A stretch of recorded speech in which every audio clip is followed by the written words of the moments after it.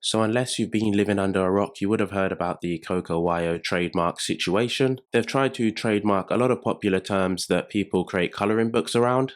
Now, if you want a full background of the situation, go check out Marina Art Design's channel. She's done a great job of covering the content. She does have a few in-depth video on the Coco Wyo trademarking applications, so make sure that you go watch and subscribe to her channel. But if you are somebody who doesn't know who Coco Wyo are, they are one of the biggest coloring book brands on Amazon. You can see here how low a lot of the BSRs for their books are and how much each book is making. This one is making over $3,000 a day. And they have so many bestsellers, which just shows you how dominant they are. They've really taken advantage of the bold and easy trend, which has really taken their brand to the next level. As a huge publisher, it's very easy for them to have an unlimited ads budget and artists as well. They also have a huge social media presence, so it is easy for them to capitalize on any trend. But they were not the original creators of the bold and easy coloring book idea. You can see that they created their book 7 months and 9 days ago. However, the original creator who popularized this trend is Megan Miles Art. You can see she created her book 10 months and 24 days ago, which everybody has jumped on since. I actually made a video on her and her brand and this trend more than 9 months ago, just trying to highlight her creativity and unique approach to marketing were making her books explode through TikTok. So if anyone should have trademarked these particular terms, it should have been her. But these bigger brands, they are sharks and they do want to dominate and capitalize on what's popular so they can keep on making the money themselves.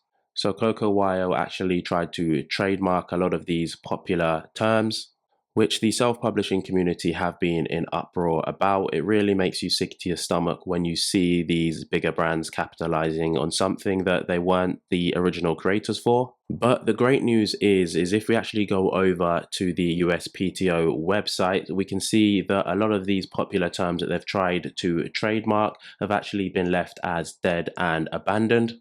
So for example, we can see ocean scene, we've got Hig Place, you've got comfy days, you've got comfy patterns, you've also got cozy spaces, spooky cutie, glow cosmetics, cute and groovy, little corner, fashion vibes, simple art, bold and easy coloring book, which most people will be really happy about, cozy friends, food, drink and sweets, and so on. Now, this is a huge win for us smaller self-publishers. I think it really shows what happens when people collectively come together and are really unhappy about something and want change.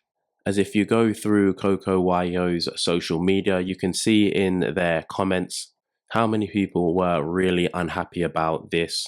And you can see on Facebook some of the comments that people were displeased about what they were trying to do. When I checked about 3 days ago, their comment section was literally filled with these comments. But since then, I think they've actually deleted a lot of these. And even on TikTok as well, you can see a few comments on their most recent video, which again, a few days ago, there were a lot more comments, but they have deleted them since. But overall, this is a huge win for us self-publishers, so everyone can sleep easy at night knowing that you can continue to create those bold and easy coloring books. But I do think it's also a lesson that if you are somebody who popularizes and creates an idea, you should be the one to trademark it. Otherwise, other people will capitalize and try to take over your idea. Now, I also want to hear from you. Let me know your thoughts about the whole situation in the comments section.